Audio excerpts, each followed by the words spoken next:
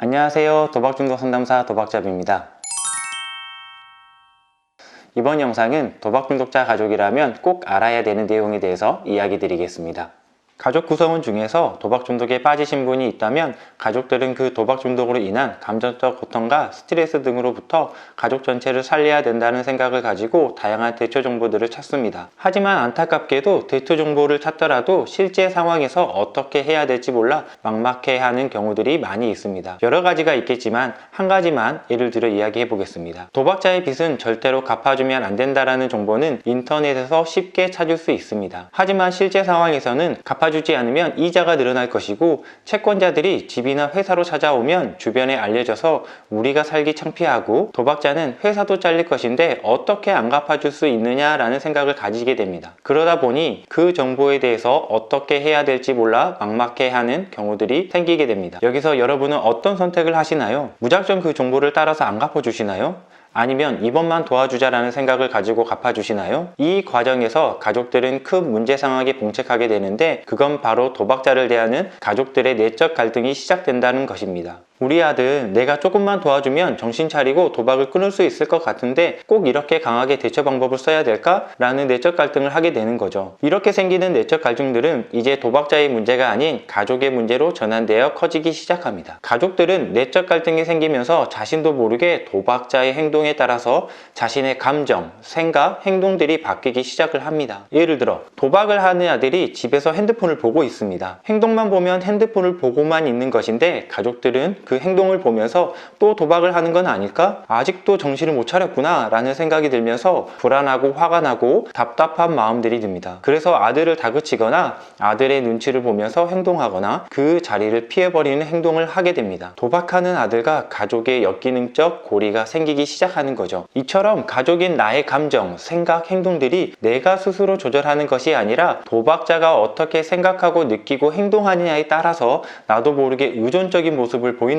것입니다. 이게 왜 문제일까요? 과거를 빼고 현재 이 순간만을 생각해 봅시다. 아들은 단순히 핸드폰을 본 행동만 했습니다. 실제로 핸드폰을 가지고 도박을 하는지 안 하는지는 가족이 알 수 없습니다. 그런데 가족들은 단순히 핸드폰을 본 행동에도 감정과 생각, 행동들이 영향을 받아버린다는 것입니다. 더 중요한 건 앞으로 도박자 아들이 어떠한 행동을 하더라도 가족들은 의심과 불안으로 인해서 생각과 행동들이 계속적으로 영향을 받는다는 것이고, 이로 인해서 가족들은 더 힘듦을 호소하게 된다는 것입니다. 이제 문제로 조금 보이시나요? 이런 증상을 공동의존이라고 합니다.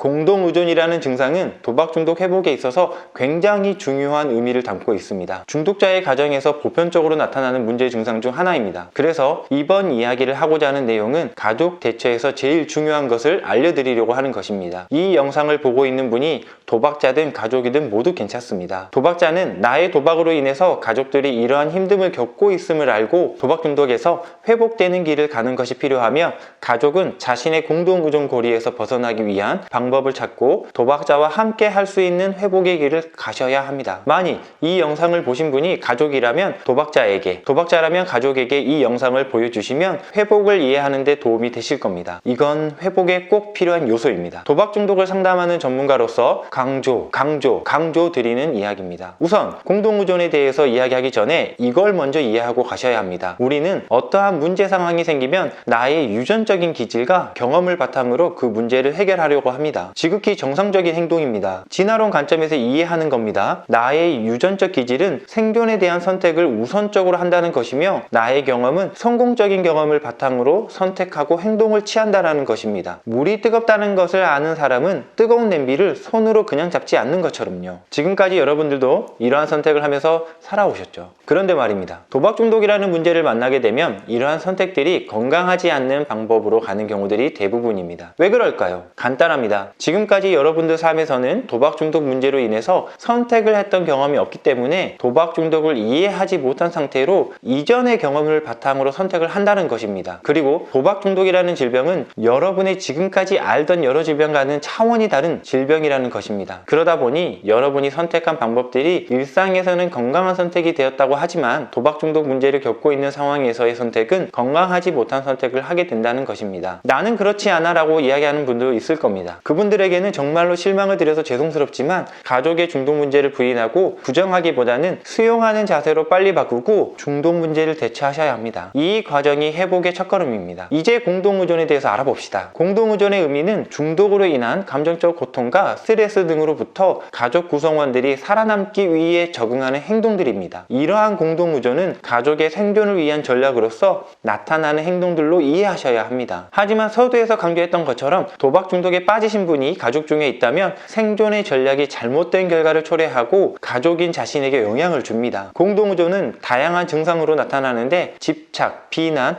회유, 부인, 억압, 회피, 분노하는 등의 증상들로 나타납니다. 이러한 증상들로 인해서 순교자형, 박해자형, 공모자형 등으로 구분되어지기도 합니다. 공동의존의 고리에서 벗어나기 위한 방법으로서 3가지를 꼭 기억하셨으면 좋겠습니다. 하나, 도박자와 가족인 나와의 분리입니다. 둘, 도박자의 문제가 아니라 가족인 나의 문제라는 걸 자각하고 수용하는 것입니다. 셋, 자신의 행복에 초점을 두고 자신을 사랑하는 행동을 취하는 것입니다. 공동의존의 고리에서 벗어나는 방법 3가지에 대해서 다음 영상에서 구체적으로 설명을 드리도록 하겠습니다. 이번 내용을 정리하면 가족은 공동의존에 대해서 이해하려는 노력과 함께 도박 중독에 대한 가족의 대처를 함께 해야 합니다. 가족이 공동의존을 이해하지 않은 상태에서 도박 문제를 대처한다면 그 대처들은 가족들의 내적 갈등으로 계속 이어져 도박자 회복에 큰 도움이 되지 않습니다. 또한 가족들은 도박 중독을 대처하는 과정에서 더 힘듦을 경험하게 됩니다. 그래서 공동의존을 이해하고 도박 문제를 대처해야 되는 상황이 꼭 필요함을 강조해서 전해드립니다. 여러분, 오늘 이거 하나만 꼭 외우고 갑시다. 도박 중독에 빠진 가족 구성원이 있다면 가족은 공동의존에 의해서 건강하지 못한 선택을 하는 경우들이 많기 때문에 전문가와 함께한 건강한 대처가 필요하다라는 것입니다. 자, 다음 영상에서는 공동의존의 고리에서 벗어나는 방법 3가지에 대해서 구체적으로 설명드리겠습니다. 그리고 이번에 이야기한 내용에 대해서 궁금한 점이 있다면 댓글 남겨주시면 성실껏 답변 드리겠습니다. 이상 도박중독 상담사 도박잡이였습니다.